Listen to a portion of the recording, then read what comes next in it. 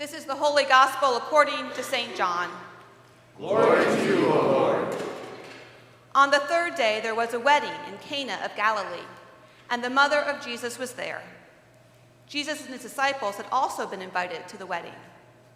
When the wine gave out, the mother of Jesus said to him, "They have no wine." And Jesus said to her, "Woman, what concern is that to you and to me? My hour has not yet come." His mother said to the servants, "Do whatever he tells you."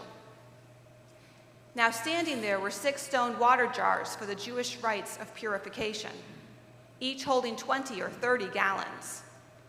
Jesus said to them, "Fill the jars with water," and they filled them up to the brim.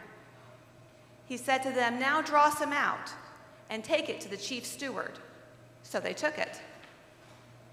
When the steward tasted the water that had become wine and did not know where it came from, though the servants who had drawn the water knew, the steward called the bridegroom and said to him, "Everyone serves the good wine first, and then the inferior wine after the guests have become drunk.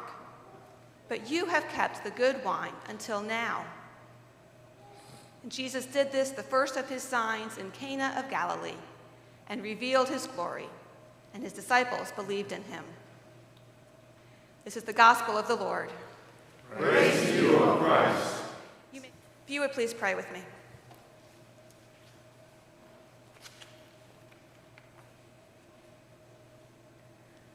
O Lord, speak through me or in spite of me, that each one of us listening this morning for a word from you, or listening after this morning, we are listening for a word from you, Lord.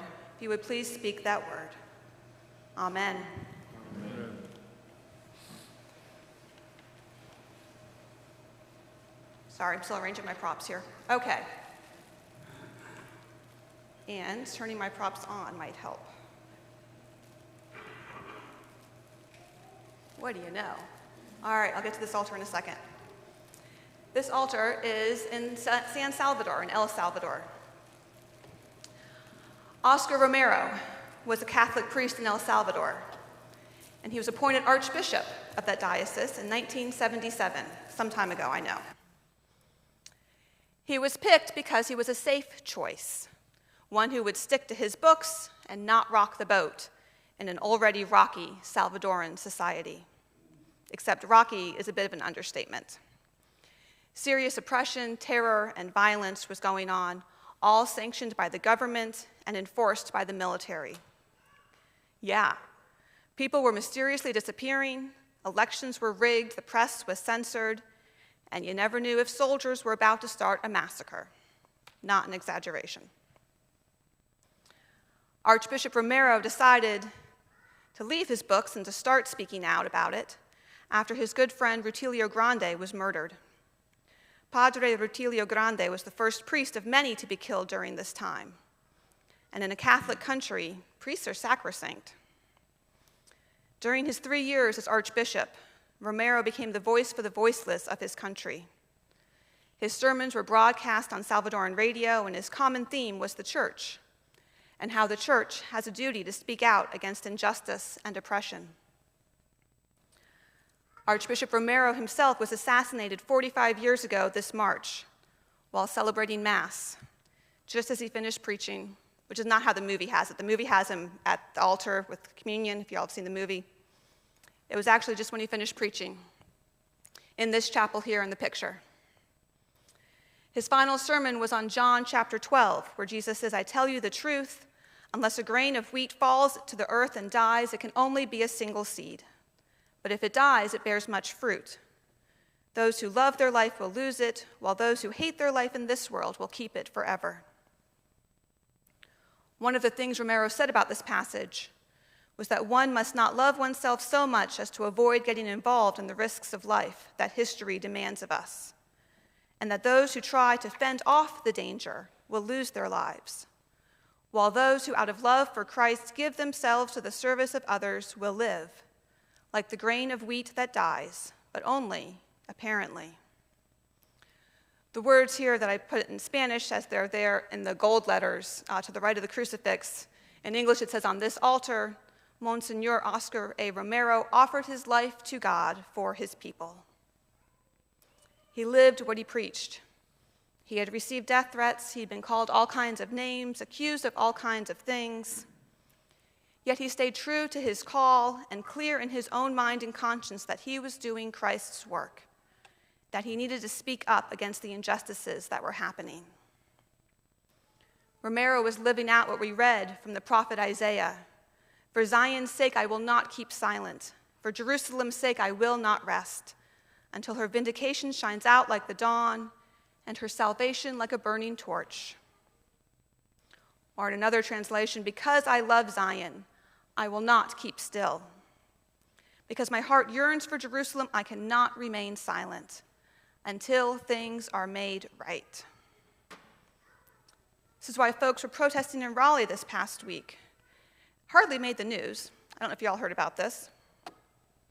There were signs like this one, 60,000 voters won't be silenced.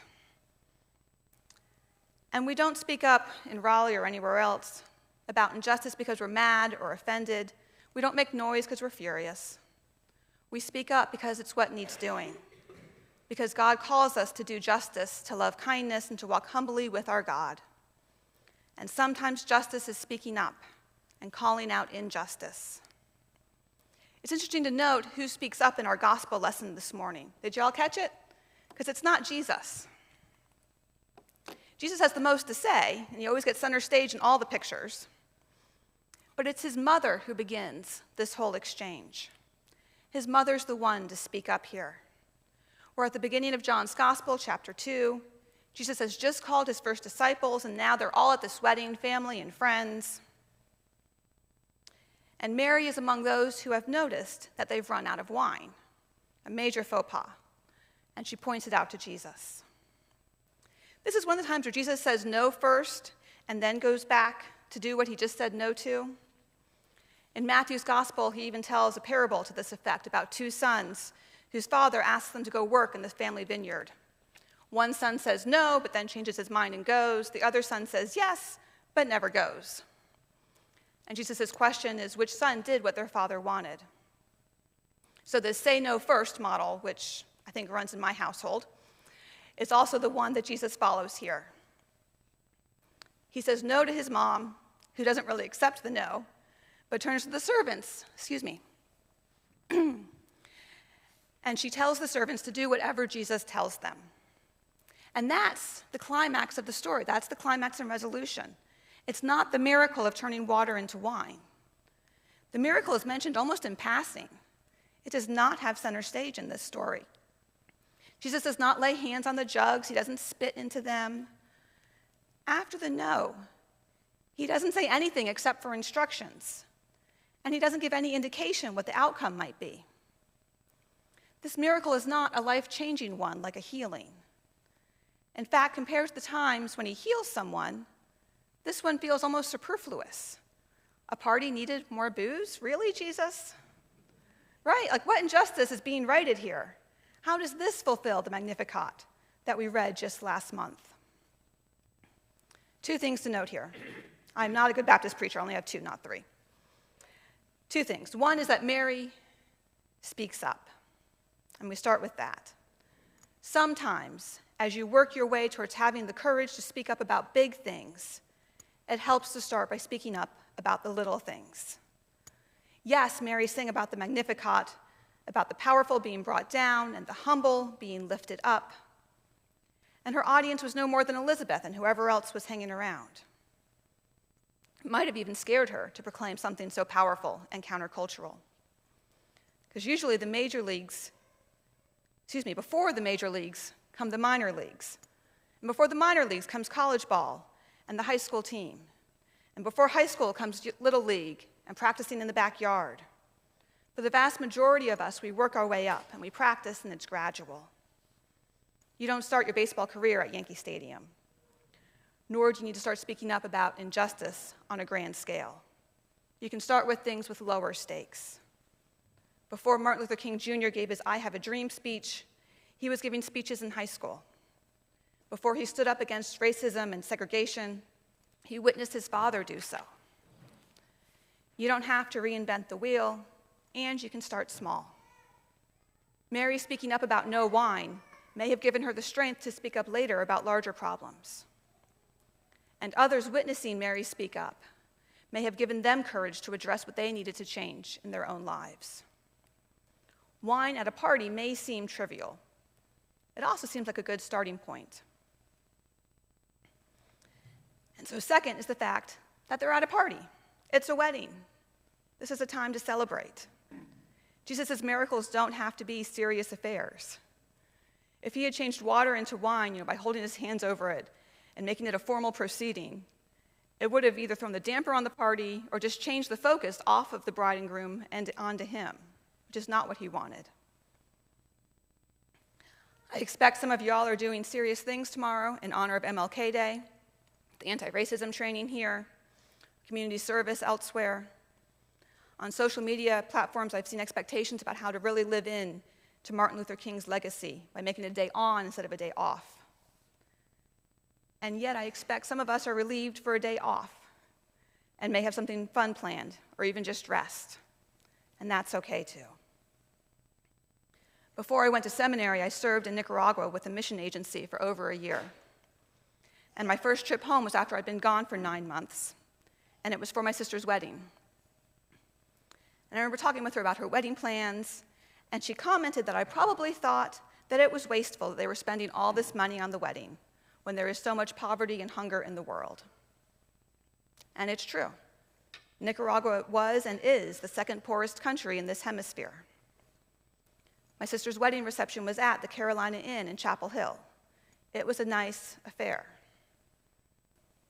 However, what I told her was that the money was being spent on celebrating, and this was a time to celebrate. She wasn't going overboard, but she was working to create a classy event, an atmosphere, and she succeeded in doing that.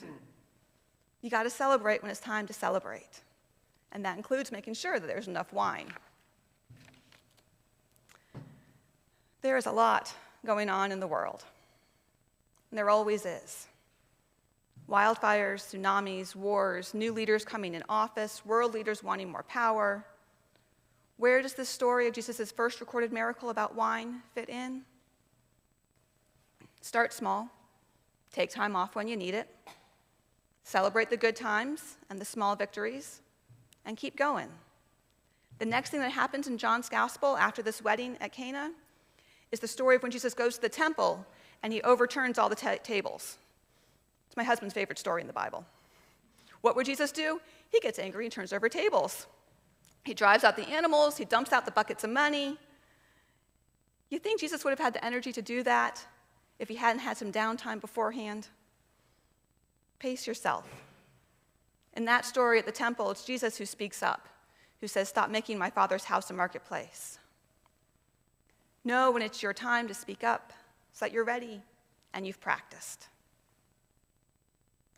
Last, to return to Oscar Romero, in a homily in 1978, he said, "I once said before, and I repeat today, sisters and brothers, that if some sad day they silence our radio and stop us from writing in our newspaper, then all of you who believe must become microphones, radio stations, and loudspeakers, not by talking, but by living the faith." There's a quote attributed to St. Francis that says to preach the gospel at all times, and if necessary, use words. That's even what Pastor Athena and Lawson got at during children's time. Speaking up may not necessarily be with your voice, nor rhetorical or vocal.